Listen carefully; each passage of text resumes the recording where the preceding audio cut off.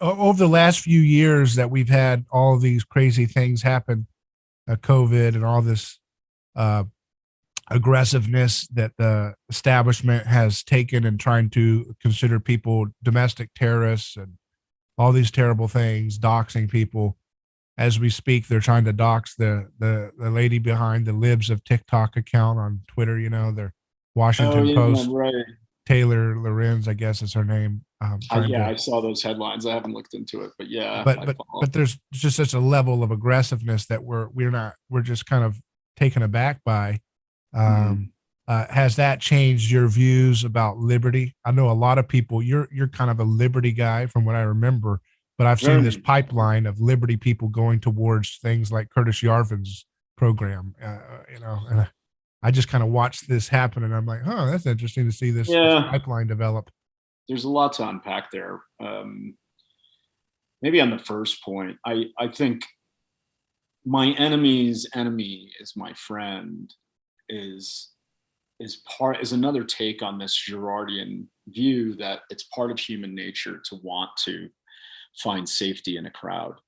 That by joining a mob or a group, um, that somehow that's going to provide us with security, maybe happiness, protection. And so the best way to join a group is to find a common enemy.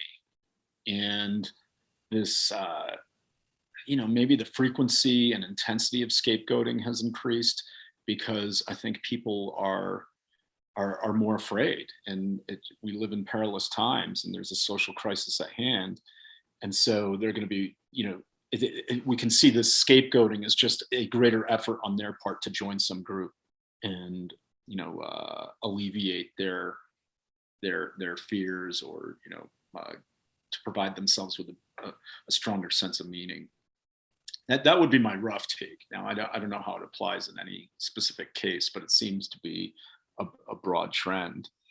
When it comes to, yeah, I yield to no one in my love of liberty.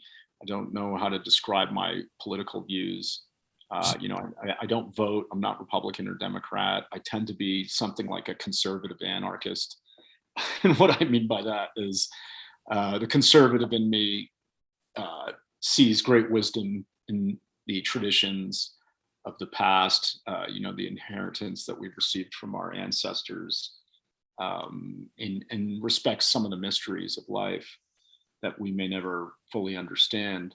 But the anarchist in me sees just, values the wonder and beauty of human potential, the ability of people to explore new ideas, discover new things, and just realize their highest capacities. And Are you an anarchist because of more of the distrust for people bossing others around, or because of the violence part of it, the well, coercive? yeah, well, so yeah, right. So like, if the like, I do not like coercive activities. I do not, because I think that stunts people's spirits. I think we're at our best when we're able to in a sense, live with full consent in what we do, and be fully responsible for our choices. And so that's like the idealism of the of like what the libertarian anarchy, which is like, if ultimately, if we were able to consent to the types of societies that we live in fully, then I see that as moving in the right direction. But that's very far from the world we live in. The idea that we consent to be governed by where we live is just fraught with all sorts of paradoxes and difficulties. So I don't want to wade into that. That's why it's more of an ideal that I think we can approach asymptotically, and not something to be realized today. But so I'm very skeptical of coercion. I think it's morally wrong, but I also think it's ineffective for all sorts of reasons on different topics. And so we should be very worried about the times when the government does want to constrain people's rights. That's sort of background. Yeah. So when I think about uh, the last 10 to 15 years, and how thinking has evolved, it seems to be the case that, I guess, after the financial crisis, the idea of like a libertarian view seems to have lost a lot of its supporters and weight.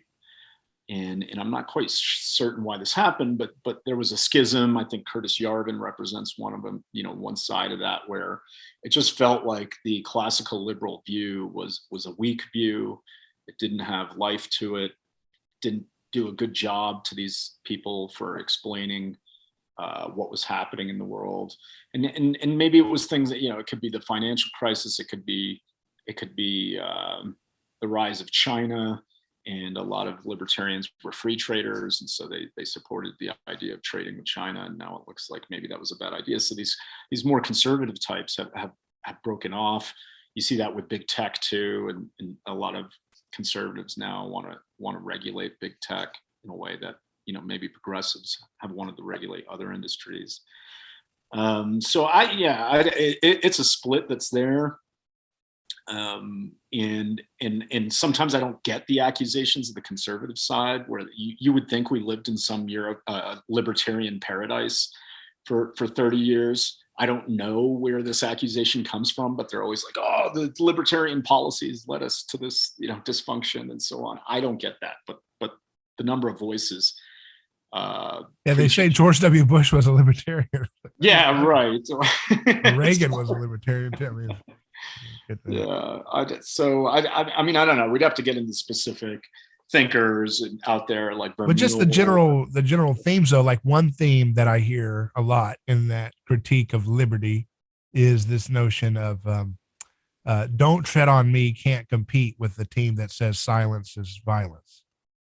That's a team that's playing for keeps, a team that's playing to win, is naturally, that worldview will wipe the floor with a view that's like, hey, just leave me alone. Don't come to my house. Don't take my gun. Don't do it. It's like begging for them to smack you in the face and take everything you've got, because you're not using power in a way that's proactive or whatever.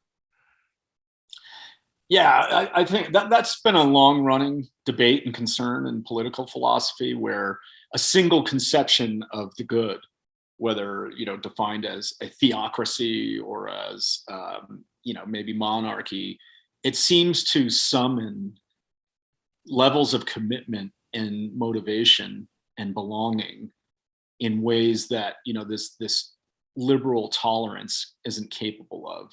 This idea that, hey, I don't have a specific conception of the good, and neither should our government. It's free for you to explore that. That just seems weaker and less inspiring than long live the king, and I'm going to die for country. So there is something to that, and I think it is a challenge for not just me and my radicalism, but even for like more moderate classical liberals. I think we do need right now a greater and more persuasive stating of the fundamental principles that we stand for.